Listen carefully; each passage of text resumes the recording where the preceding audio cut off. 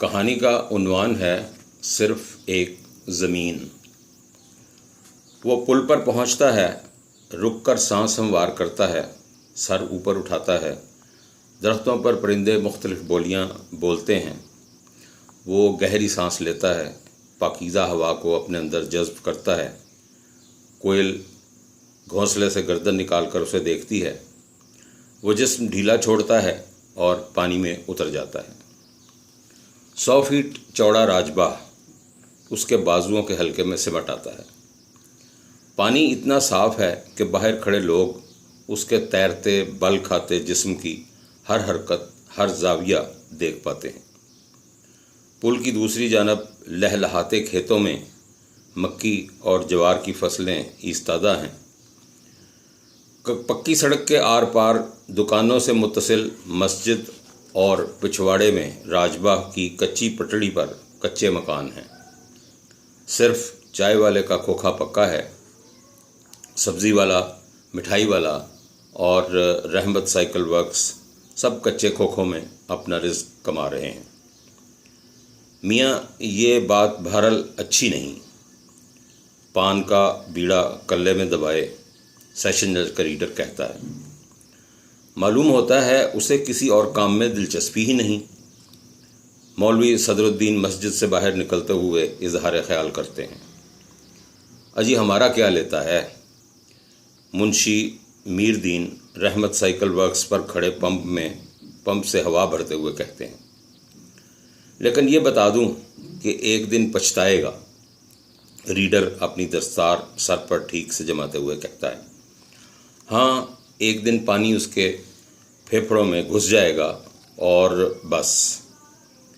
नहीं जमाले, तुम नहीं जानते, वो बड़ा मशाक है। 2 घंटे पानी में तैरता है लेकिन पानी को पास नहीं आने देता। अहमद सईद अपनी ऐनक के शीशों से गर्द साफ करते हुए कहता है और पुल की जानब से आने वाले तांगे पर बैठ जाता है। पानी पास नहीं आने देता। ये कल का लौंडा न जाने क्या हाँक गया है। हाँ मियाँ जी, देखो कैसी बात कर गया है। पानी पास नहीं आने देता। और उसे तो देखो, पहले किनारे किनारे दौड़ता है, फिर सांस लेने के लिए शीशम के उस बड़े दरख्त के नीचे रुकता है और परिंदों से बातें करता है, फिर पानी में छलांग लगाता है। और मुझे तो वो कोई और ही मखलूक लगता है, इंसानों से तो बात ही नहीं करता। नहीं जमाले, है तो वो इंसान ही। बीवी है, बच्चा है, शहर में काम करने जाता है, बस है ज़रा मुख्तलिफ सा। अहमद सईद चलते तांगे से ऐलान करता है। अच्छा भाई जमालदीन, अब चलें, कचहरी का वक्त होने वाला है। लेकिन इतना उसे बता देना किसी तरह कि ये बात अच्छी नहीं।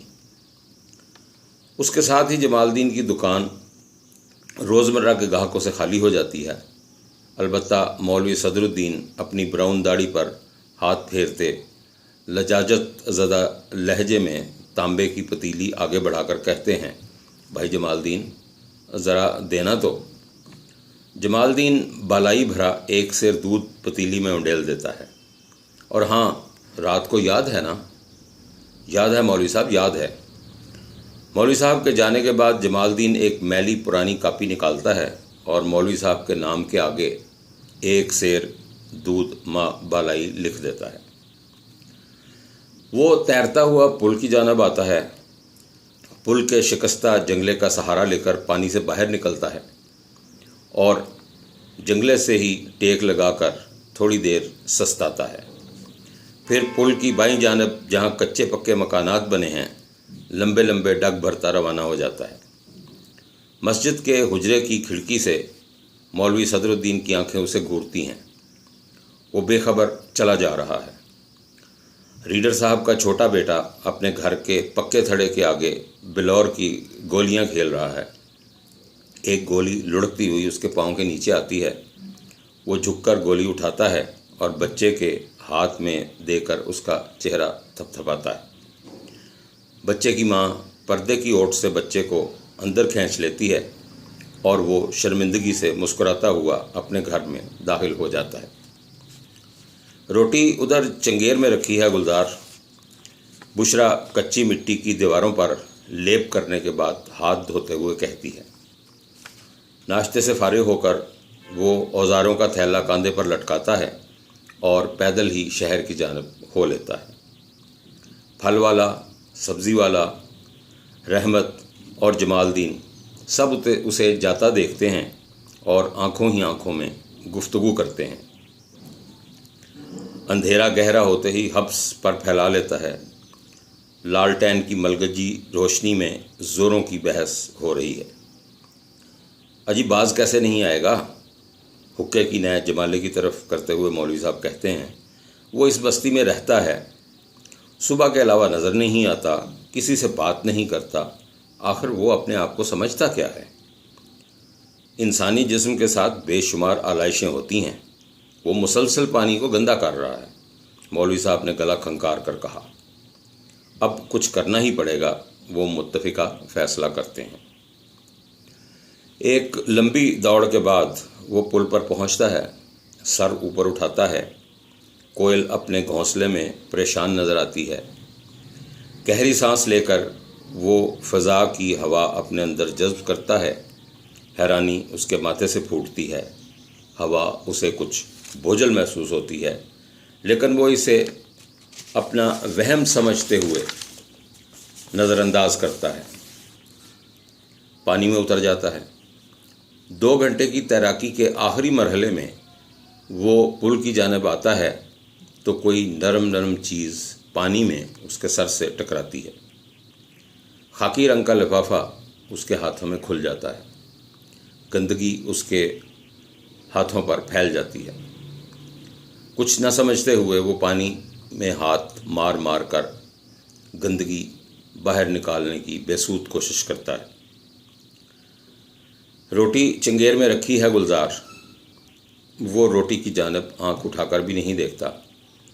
बुशरा की गोद में हमकते बच्चे को माथे पर बोसा देता है और औजारों के थैले समेत घर से बाहर निकल आता है। हब्स कल की निस्बत ज़्यादा है। रात काफ़ी बीत चुकी है, लेकिन जमालदीन की दुकान अभी खुली है। अब यहाँ गई रात तक मुबाहिसे चलते हैं। फिर ऐसा होता है कि घोंसले के तिनके सूखते जाते हैं।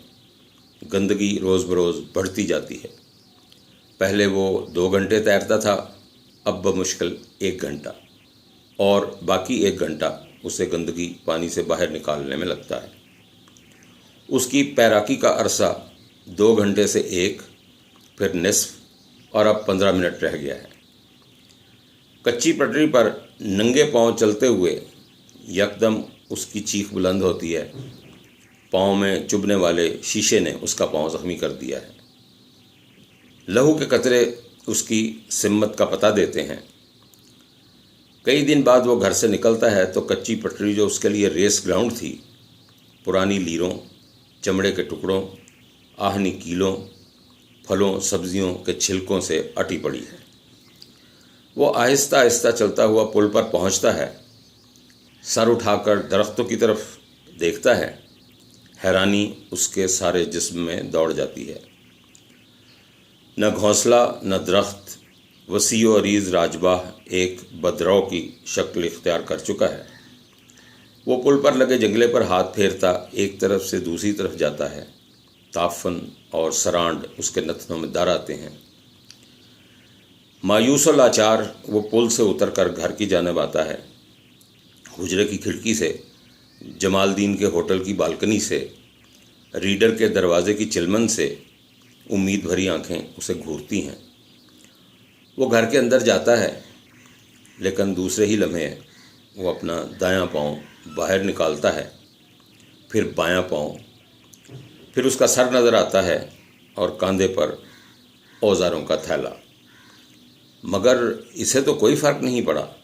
घूरती आंखें एक दूसरे से सवाल करती हैं, लेकिन जल्द ही खुशी से मुनव्वर हो जाती हैं। अब वो पूरी तरह घर से बाहर है। उसके दूसरे कंधे पर एक अटैची केस है। बुशरा बच्चे को उठाए उसके अक़ब से निकलकर सामने आती है। औजारों का थैला और अटैची छीन कर घर के अंदर फेंक दी। अब वो दोनों उसी ज़मीन पर बैठे ज़मीन में पेवस्त कांच के टुकड़े, पुरानी लीरें और छिलके निकालकर कूड़े के ढेर पर फेंक रहे हैं। नीम बरहना बच्चा उसी ज़मीन पर बैठा कलकारियाँ मार रहा है।